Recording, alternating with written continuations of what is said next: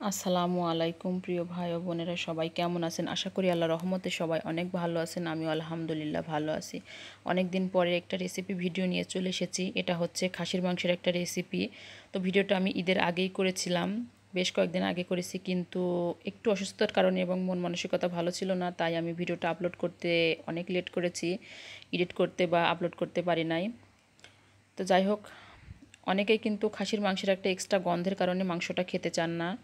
তো তারা চাইলে মাংসটা রান্নার পূর্বে 10 মিনিট আগে লেবু রস অথবা ভিনিগার দিয়ে মাংসটা মাখিয়ে রেখে তারপর ধুয়ে পরিষ্কার করে নিয়ে রান্না করতে পারেন। ইনশাল্লাহ দেখবেন মাংসের সেই এক্সট্রা গন্ধটা অনেকটাই কেটে গেছে। তো যাই হোক, এখন আমি রান্নাতে চলে আসলাম। চুলাইতে প্রথমে কড়াই দিয়ে দিয়েছি, চুলাইটা জ্বালিয়ে দিয়েছি এবং দিয়ে দিচ্ছি এখানে পরিমাণ অনুযায়ী সয়াবিন তেল। কেউ চাইলে মাংসটা সরিষার তেলেও রান্না করতে পারেন। এই যে দেখুন, এখানে আমি মাংসটা লেবু রসে ধুয়ে নিয়েছি, 10 মিনিট লেবু রস দিয়ে মাখিয়ে তারপর ধুয়ে পরিষ্কার করে নিয়েছি। এখানে আমি 1.5 কেজি খাসির মাংস রান্না করব আজকে। এখন আমি তেলের মধ্যে এলাচ, দারচিনি, তেজপাতা, লবঙ্গ, গোলমরিচ ও একটা কালো এলাচ দিয়ে দিচ্ছি। এর মধ্যে দিয়ে দেব আমি 3 কাপের বেশি পেঁয়াজ কুচানো। যেহেতু মাংসটা আমি একটু ভুনা ভুনা করব, এই জন্য একটু গ্রেভি হওয়ার জন্য পেঁয়াজের পরিমাণটা বেশি দিয়েছি। আপনারা চাইলে পেঁয়াজটা কম বেশি করতে পারেন। পেঁয়াজের সাথে আমি এখানে দিয়ে দিব স্বাদ অনুযায়ী লবণ। আর আমি সব সময় রান্নার সময় পেঁয়াজ আর লবণটা একসঙ্গে দিই, যাতে দ্রুত পেঁয়াজটা নরম হয়ে আসে। এখন আমি লবণ আর পেঁয়াজটা একসঙ্গে নাড়াচাড়া করে একটু নরম হয়ে আসার জন্য অপেক্ষা করব।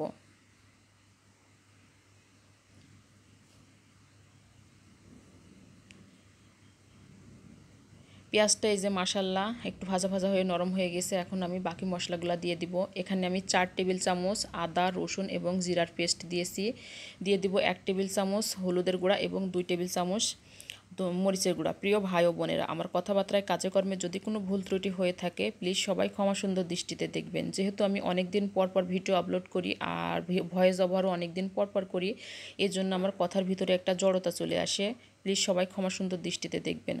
আমি কিন্তু, আপনারা অনেকেই জানেন, আমি রেগুলার কখনোই ভিডিও আপলোড করি না, যখন মনটা ভালো থাকে তখন একটু আপলোড করি, আর নইলে না। তো একটু মশলাটা নাড়াচাড়া করে এর মধ্যে একটু পানি দিয়ে আমি মশলাটাকে 8 থেকে 10 মিনিট ধরে কষিয়ে নিব। একটু ঢাকনা দিয়ে ঢেকে ঢেকে মশলাটা কষাবো। মাঝখানে কয়েকবার একটু একটু পানি দিয়ে মশলাটা কষিয়ে নিয়েছি। 10 মিনিট পরে ফিরে আসলাম। মাশাআল্লাহ দেখুন মশলাটা কষানো হয়ে গেছে আর মশলার উপর দিয়ে তেল ছেড়ে দিয়েছে। এখন আমি মাংসগুলোকে এর মধ্যে দিয়ে দিব।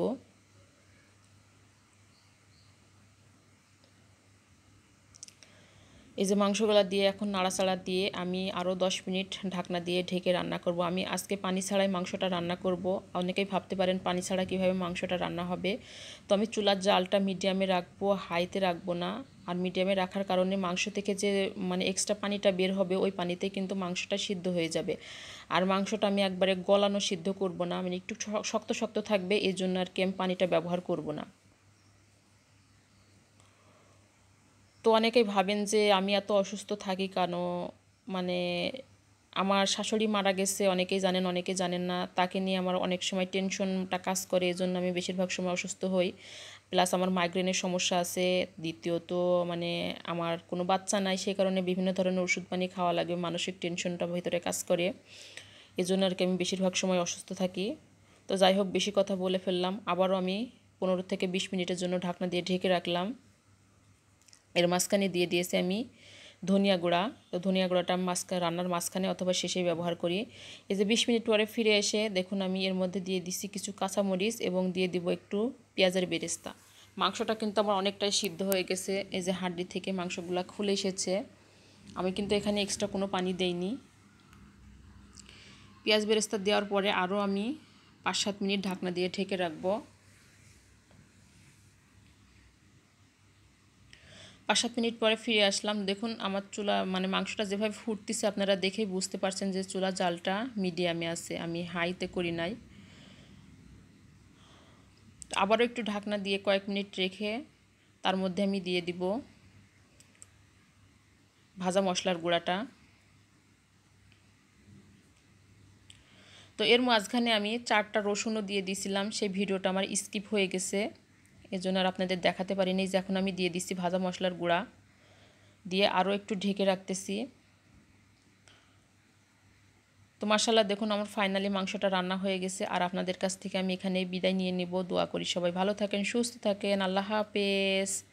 আসসালামু আলাইকুম ওয়া রাহমাতুল্লাহি ওয়া বারাকাতুহু।